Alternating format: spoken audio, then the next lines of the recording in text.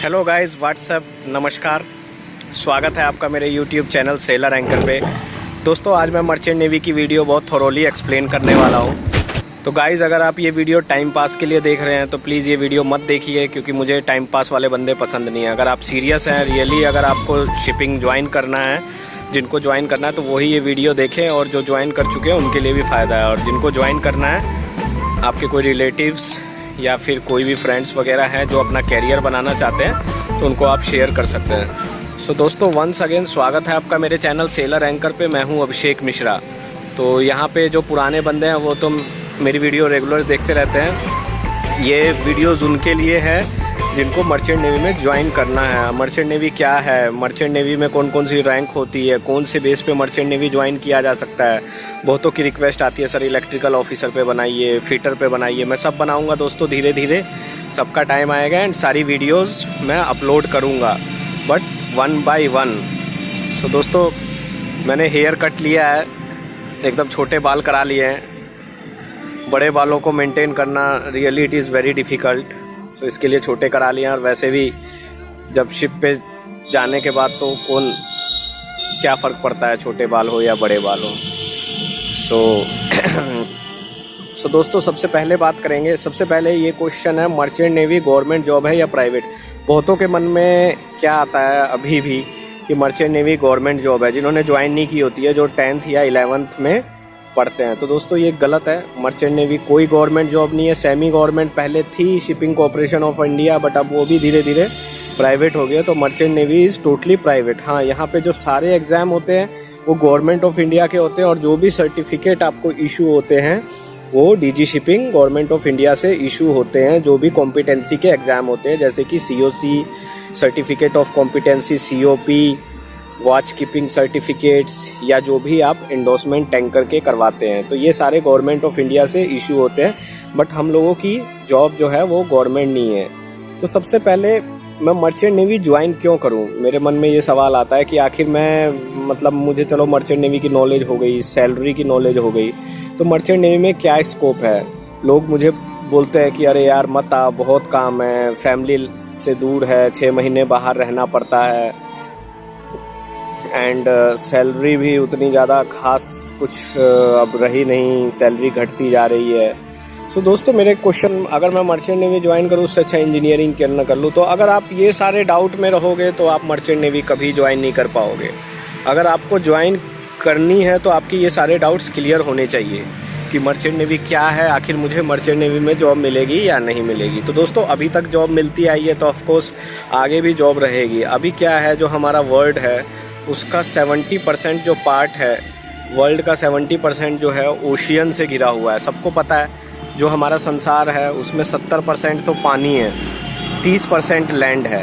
तो आप लगाइए कि 70% में अगर जॉब नहीं रहेगी तो क्या 30% में जॉब रहेगी।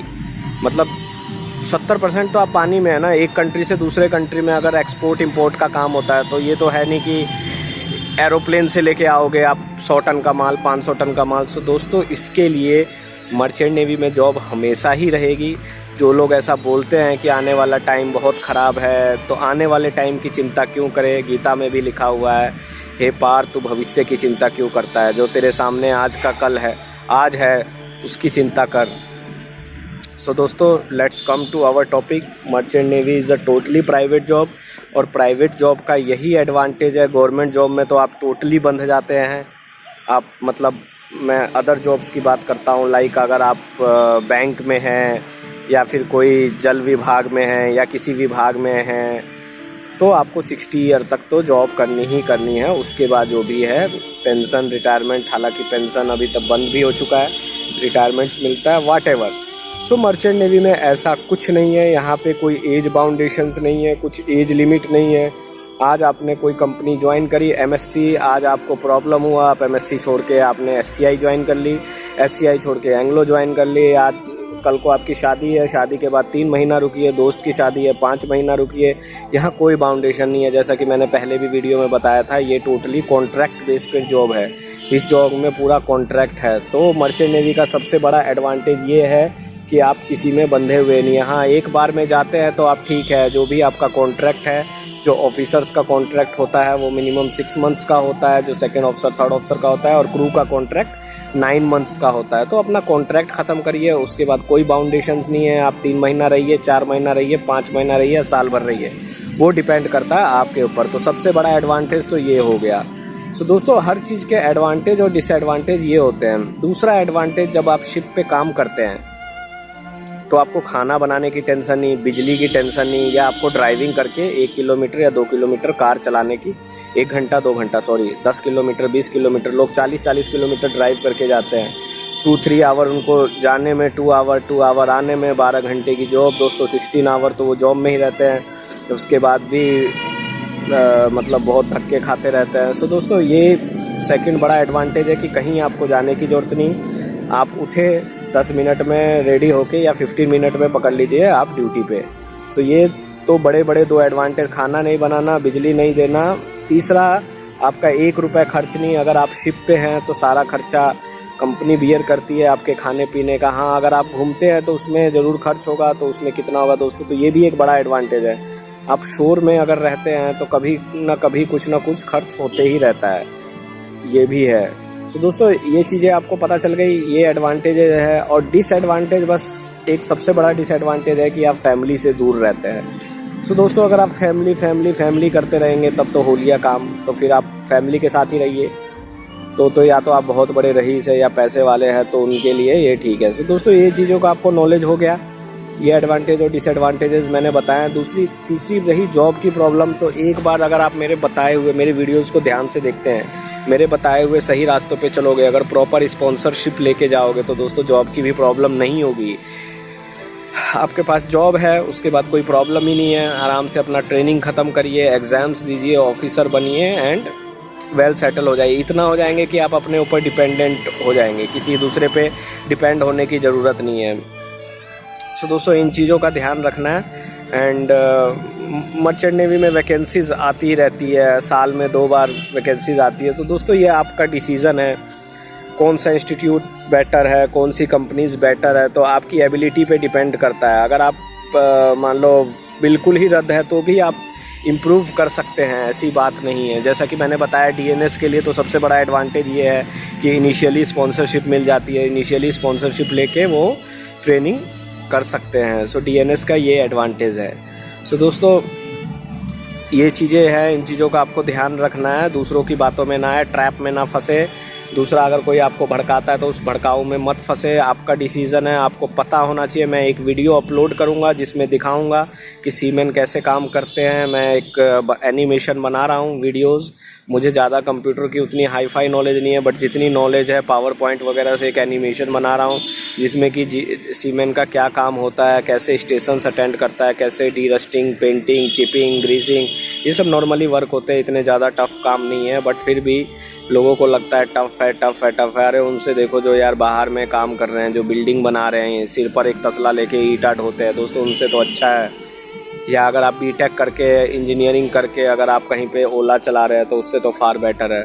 सो दूसरों की बातों में ना आए, अपने गोल पर फोकस करिए दोस्तों, अपने गोल पर फोकस करिए। यही एज है, अगर इस एज में अगर आप नहीं कर पाएंगे, एज चली जाएगी, फिर पछता के कोई फ़ायदा नहीं, फिर मैं भी हेल्प नहीं कर पाऊँगा। तो दोस्तों, ये चीज़ों का ध्यान रखना है आपको। अब मर्चेंट नेवी में जैसा कि मैंने बताया, आप डेडिकेटेड है तो डेफिनेटली सक्सेस होंगे। मैंने उनको भी बोला था जो अभी रिसेंटली 12th कर रहे हैं, जिनके 60% से कम है, तो वो अपनी मार्कशीट को फाड़ के फेंक दे, दोबारा से री-12th करें। क्योंकि यार आज के टाइम में अगर आपके 60% से कम आते हैं तो ऐसे कोर्स का फ़ायदा नहीं।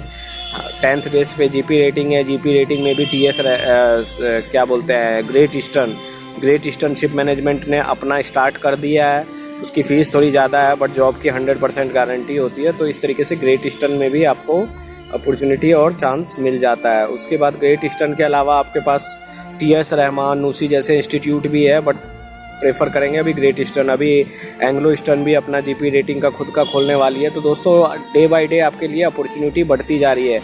आजकल तो हर काम घर से हो जाता है, मेल ये वो वगैरह। पहले तो क्या था, रिज्यूम की हार्ड कॉपी लेके ऑफिस जानी पड़ती थी, काफ़ी स्ट्रगल था। अब मेल भेजने में भी आलस नहीं है। कईयों के रिप्लाई आते हैं कि सर मेल का कोई रिप्लाई, अरे आपने मेल ही कितने भेजे यार, मैंने एक वीडियो बनाई थी, jobsips.com के बारे में। मुझे नहीं लगता है, हाँ कई हैं इसमें जो सिंसियर है, डेफिनेटली वो निकाल लेंगे। अगर आप सिंसियर होकर वीडियो देखोगे दोस्तों तभी तो हो पाएगा। हाँ मेरी वीडियो में ज़्यादा आपको फ़ोटोग्राफी या ज़्यादा मतलब कलरबाजी ये सब मैं नहीं करता हूँ, वो सब अट्रैक्शन है दोस्तों। आप मेरी वीडियो को कितना सुन रहे हैं और कितना उस पर ध्यान दे रहे हैं ये आपके लिए मैटर करता है। तो दोस्तों मैं एक वीडियोस अब धीरे धीरे बनाऊंगा कि कैसे काम होता है। थोड़ा एनिमेशन सीख रहा हूँ, अभी खाली टाइम है तो मुझे भी सीखने का मौका मिल रहा है। बट डेफिनेटली आप इन चीज़ों का ध्यान रखोगे तो डेफिनेटली सक्सेस हो जाओगे। बस ये है कि आपको मेहनत करती जाने हैं यार। IMU CET का एग्ज़ाम क्या है, कुछ नहीं है। अगर आप ढंग से डेली आधा घंटा भी पढ़ते हैं तो आराम से क्लियर हो जाएगा। वो कोई एग्ज़ाम होता है यार, एग्ज़ाम तो कुछ नहीं है वो IMU CET का। अगर आपकी 12th में बेसिक भी आपने थोड़ा ढंग से पढ़ा है तो मैं एक चीज़ आपको बताता हूँ, अगर सबसे कोई आसान एग्ज़ाम है तो वो है मर्चेंट नेवी का। इसके लिए मैं बोल रहा हूँ क्योंकि ये एक प्राइवेट इंस्टीट्यूशन है दोस्तों। प्राइवेट इंस्टीट्यूशन के कोई भी एग्ज़ाम्स टफ़ नहीं होते। टफ़ होता है यस अगर आप NDA देते हैं, बिकॉज NDA भी टफ़ क्यों होता है दोस्तों, क्योंकि उसमें लिमिटेड सीट्स होती है। नेशनल डिफेंस एकेडमी में क्या है, आपकी लिमिटेड सीट्स है। पहले तो 250 थी, अभी ज़्यादा 500 हो गई होंगी, जिसमें कि करोड़ों एंड करोड़ों लड़के एडमिशन लेते हैं। तो दोस्तों इन चीज़ों का आपको ध्यान रखना है। कोई भी एग्ज़ाम टफ़ नहीं होता, आपकी मेहनत और काबिलियत पे डिपेंड करता है। एंड इसके बारे में मैंने आपको बताया ही था कि DNS के फॉर्म अभी फरवरी वाला बैच तो आप भूल जाइए, बट फिर भी लेकिन अगस्त वाला बैच को दोस्तों आप मिस मत करना। ट्राई करना कि अगस्त वाले बैच में हो जाए तो ज़्यादा बेटर है, क्योंकि फिर उसके बाद अगेन आपको जनवरी तक वेट करना पड़ेगा। सो दोस्तों अगस्त वाले बैच में आपका आराम से हो जाएगा अगर आप डेडिकेटेड हैं तो। सो दोस्तों इन चीज़ों का आपको ध्यान रखना है। एंड DNS फॉर्म वगैरह भरते रहिए ऑनलाइन, इसकी नॉलेज आपको होती रहेगी। सो दोस्तों इस तरीके से आप अपना कैरियर शिपिंग लाइन में बना सकते हैं। एंड GP रेटिंग के बारे में भी मैंने बताया, चलो ठीक है कोई बात नहीं। आपके अगर 12th में नहीं आ पा रहे हैं, आप उतने ज़्यादा इंटेलिजेंट, GP रेटिंग कर सकते हैं। GP रेटिंग में इनिशियल स्टेज थोड़ा टफ है, लेकिन बाद में भी आप ऑफिसर बन सकते हैं। बहुत ऐसे हैं ऑफिसर्स जो GP रेटिंग के थ्रू ही आए हैं। सो इन सब चीज़ों का दोस्तों आपको ध्यान रखना है। आपको कोई भी दिक्कत होती है मुझे मैसेज करिए। इंस्टाग्राम और फेसबुक का हर वीडियो में मैं डिस्क्रिप्शन में लिंक जानता हूँ, आप कमेंट करिए। जितना कमेंट करोगे आप, मैं उतना आंसर दे आपके सारे डाउट क्लियर कर सकता हूँ। वीडियो पसंद नहीं आई तो डिसलाइक भी करिए यार। मैं तो नहीं बोलता हूँ कि मेरी वीडियो लाइक करिए, कई डिसलाइक भी करते हैं तो इट्स ओके। अगर आप डिसलाइक भी करते हैं तो भी मैं हैप्पी हूँ। एटलीस्ट आपने वीडियो तो देखी, आपको पसंद नहीं आई लेकिन कुछ तो आपके दिमाग में आया। सो दोस्तों इन चीज़ों का आपको ध्यान रखना है।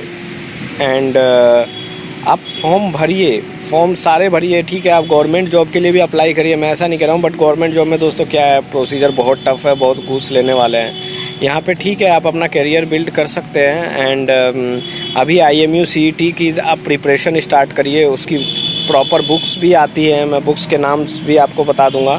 बट उससे बेटर क्या है कि आप खुद के जो 12th के बेसिक हैं वो ज़्यादातर करिए। ओरल्स के क्वेश्चंस भी मैं डाल दूंगा कि इंटरव्यू में क्या क्या पूछे जाते हैं। तो दोस्तों इन चीज़ों का आपको ध्यान रखना है।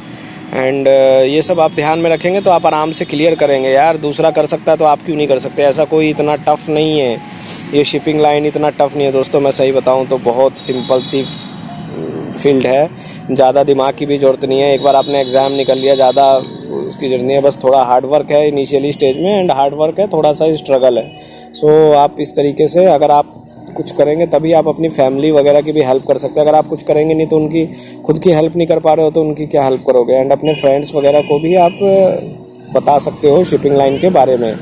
वीडियोस देखेंगे, ज़्यादा से ज़्यादा वीडियो देखेंगे, नॉलेज इम्पार्ट होगी, नॉलेज बढ़ती जाएगी। अगर वीडियो देखोगे नहीं तो कोई फ़ायदा नहीं है। सो दोस्तों मैं वीडियो को यहीं एंड कर रहा हूँ। मैं नेक्स्ट वीडियो आजकल तो मैं डेली ही अपलोड कर रहा हूँ जैसे टाइम मिल रहा है। सो चलिए दोस्तों, गुड बाय, टेक केयर।